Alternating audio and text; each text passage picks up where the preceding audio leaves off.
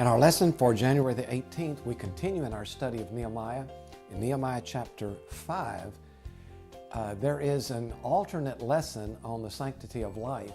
And if that's the one you plan to use for the January the 18th, then skip to the next chapter on the disc. If you want to do this lesson, then just remain with me on this particular chapter. Look in your Bible now at Nehemiah chapter 5. And let me begin by announcing a basic life lesson that Nehemiah learns. And this is one of the reasons I love the book of Nehemiah. We learn from the book of Nehemiah that nothing is ever easy. Anytime you do something, anytime you try to accomplish any great work, there is always somebody who will oppose you. Now, Nehemiah and his fellow exiles who have returned, they learned this lesson as they tried to rebuild the walls of the city. We noted a little bit of that opposition in last week's lesson. Opposition from the outside, you might say, from Sanballat, Tobiah, and Geshem. And I mentioned two of those strategies they used. We'll look at some more in a future lesson. They, first of all, tried to ridicule them. This is such a ridiculous thing. Why are you wasting your time trying to rebuild the wall? And then they tried to threaten them.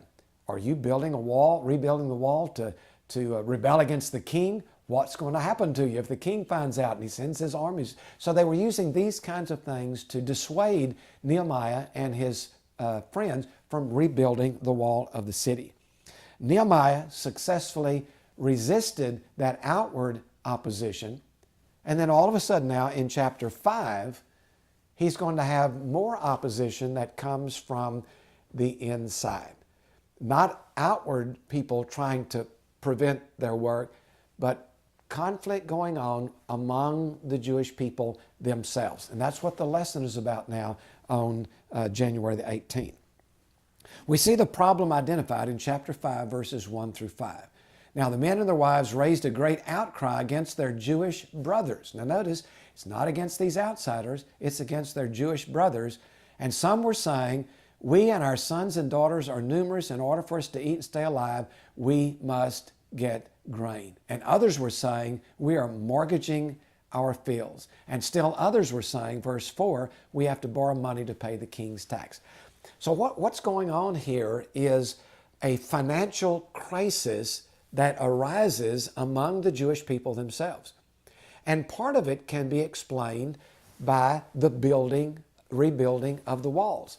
Nehemiah has all of these exiles there rebuilding the wall.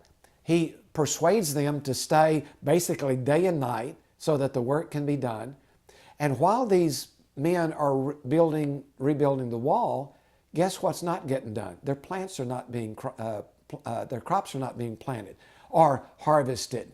And as a result now, they have no money to pay for the food that they have to eat. They have no food to eat. And those who have been lending money have no one to pay back that money. And so there is this financial crisis that is stirring among the people. And this is not an external problem, it is an internal problem. If you go back to chapter 4, verse 22, you'll see part of the reason for the problem. He said, have every man and his helper stay inside Jerusalem at night so they can service his guards. So he's got people working on the walls, he's got other people serving as guards, and they're not able to go back home. And this has created an economic crisis that is more critical than the external problem that is facing them. So they now protest. Verse 1 says they cry out against their Jewish brothers. And notice in verse 1 the mention of both men and their wives.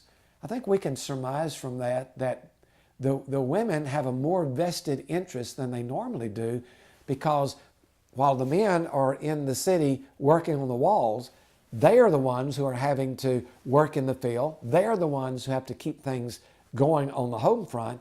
So they join their husbands now in protest. Now there are two particular groups that seem to be in financial distress, and these are outlined for us in verse 2 and verses 3 and 4. The first group is what we might call the wage earners. They're the ones who get paid for their work. but they're not getting paid for their work because they are in the city working on the walls. As a result, they can't produce their crops for themselves, and they have to buy it from others, but they don't have any money to buy it from others. So this whole group of wage earners, and you might call the workers on the land, they are in financial crisis. In verses 3 through 4, we have another group, and these are the landowners. They're the ones who actually own the land on which some of these people are living, on which they are farming, and they are getting in financial